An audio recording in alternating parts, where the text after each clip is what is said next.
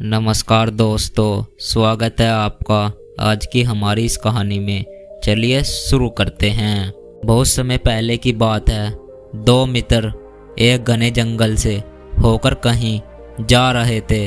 दोनों काफ़ी गहरे मित्र थे और अपनी दोस्ती को लेकर दोनों ही बातें करते हुए जा रहे थे। जंगल बहुत ही घना था, तो उसमें से एक दोस्त फ्रेंड डर रहा था, लेकिन उसके साथी मित्र ने कहा कि मेरे होते हुए तुम्हें डरने की कोई ज़रूरत नहीं है। मैं तुम्हारा सच्चा और अच्छा मित्र हूँ। इतने में ही सामने से ही बहुत ही बड़ा भालू आया। उन्होंने देखा कि सामने से एक बड़ा सा भालू आ रहा है। जो दोस्त कह रहा था कि मैं अच्छा मित्र हूँ, मैं भालू को देखते ही भाग खड़ा हुआ। दूसरा मित्र कहता रहा कि मुझे छोड़कर मत भागो, लेकिन वे भागते हुए एक पेड़ पर चढ़ गया। यह देखकर उसका मित्र और भी डर गया, क्योंकि वे पेड़ पर चढ़ना नहीं जानता था। इतने में वे भालू और भी नज़दीक आ गया था। जब मैं बेहद करीब आने लगा तो दूसरा मित्र के पास कोई चारा नहीं रहा और मैं वहीं नीचे ज़मीन पर आँख बंद करके लेट गया। पेड़ पर चढ़ा मित्र यह सारे नज़ारे देख रहा था और मैं सोचने लगा कि ऐसे तो यह मारा जाएगा।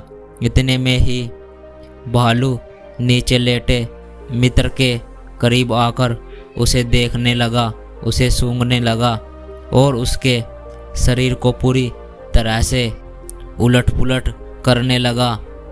आगे बढ़ गया।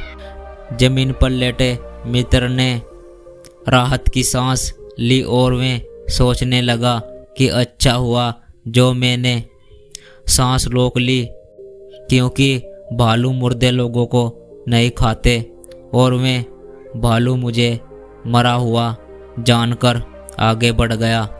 पेड़ पर चढ़ा मित्र बहुत ही हैरान था।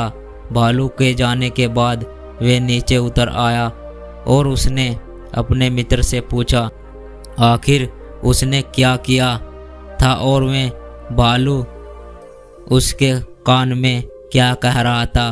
मुर्दा होने का नाटक करके मित्र ने कहा कि भालू ने मेरे कान में कहा कि बुरे वक्त में ही सही दोस्तों की पहचान होती है, इसलिए कभी भी ऐसे दोस्तों के साथ मत रहो जो बुरे समय को देखकर तुम्हें अकेला छोड़कर भाग जाए और जो वक्त पर काम ही ना आए। और दूसरे मित्र को समझते देर न लगी और फिर दोनों आगे बढ़ गए।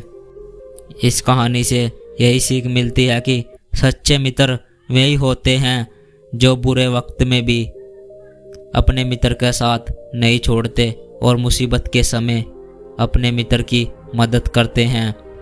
तो बच्चों, ये कहानी आपको कैसी लगी कमेंट करके हमें बताएं और अपने दोस्तों के साथ शेयर करें। धन्यवाद।